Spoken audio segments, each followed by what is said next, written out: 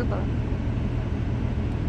Okay, so next question is, I was wondering, how do you plan on saving that spot? Because it needs better dirt over there. And this is our only yellow canna lily that we've got at the moment, and these petals are really tender. Something's been eating them? Yeah, grasshopper's been eating them, but they're pretty good and actually tender. I was going to ask you about that clay soil over there.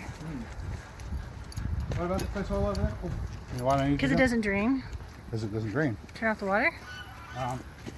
Not entirely. Move this water somewhere else? Yeah.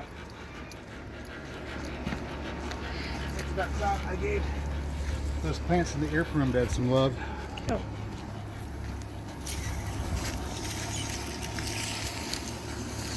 Okay, but what about that soil over there? These plants like the prickly ash, they don't like being overly watered, but if they start looking stressed in the middle of summer, do give them. But the soil, do you got a trick for trying to fix the clay in that over? Oh, yes. Upcoming videos, fixing clay soil.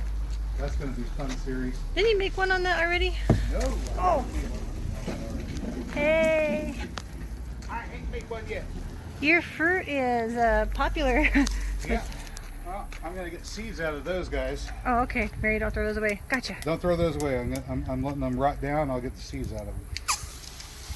So you're going to make a video on how to fix clay. 'Cause I know there's some people that have to use raised beds because they literally have a house on clay. I think Texas is one of them. 1, 2, 3, 4, 5 black pussy willow starts right there. And let those grow out. But I've got those that can be transplanted.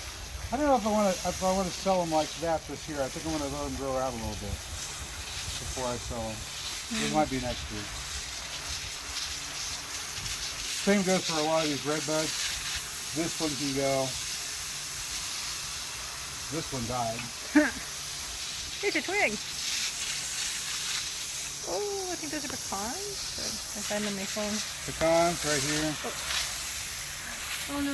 Yeah, I can show you a pecan tree. Maybe one. We'll see how the ear prunes come out. Not really a great year for growing them from nuts, but to be fair, I ate most of them before I remembered that I wanted to grow some. You're the kid that ate all his peanuts too. Yeah, when I was a kid, my first gardening project was growing peanuts.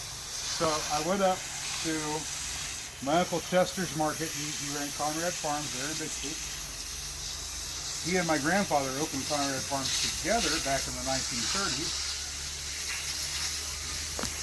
Grandpa retired from the business and went fishing. Chester kept on plugging away at it. So anyway, I went up to his market and got some raw in-shell peanuts from him. And thought, oh, all very businesslike. He charged me, of course. But he also offered to buy any that I grew that I wasn't going to eat myself, which is also rather nice because, well, that's part of the business model. If you're running a produce market, what happened in there? You don't grow all your own produce. You buy it from other growers. Well, you grow some of it, but you also buy a lot of it from other growers.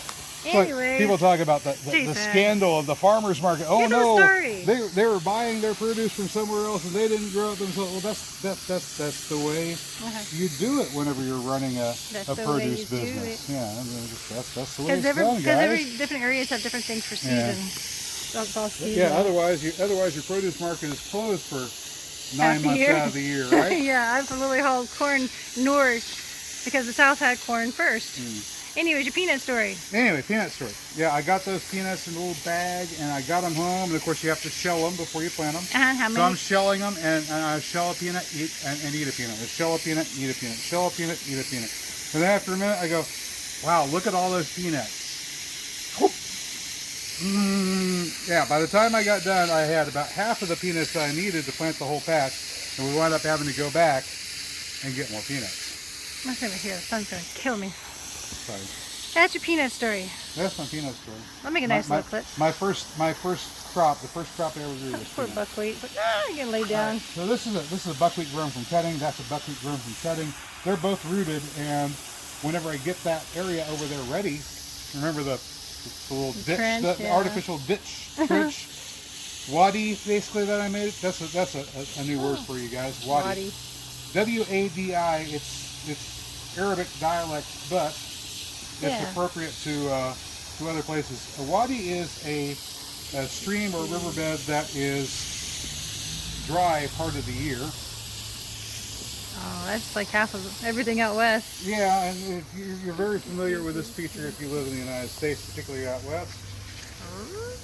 Sorry, I had to look at the little cannonball you got for air pruning.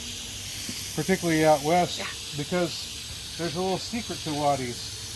This is where when you have a fast flow of water early on, it flushes rocks down into a gully. The rocks stack up with bits of clay, and they absorb and they hold water. Even though there's no water standing in the wadi, the area underneath it remains hydrated for long periods of time. So you can come, even during the dry periods, into a wadi and dig underneath there and find water. Well, we've done essentially the same thing in the area.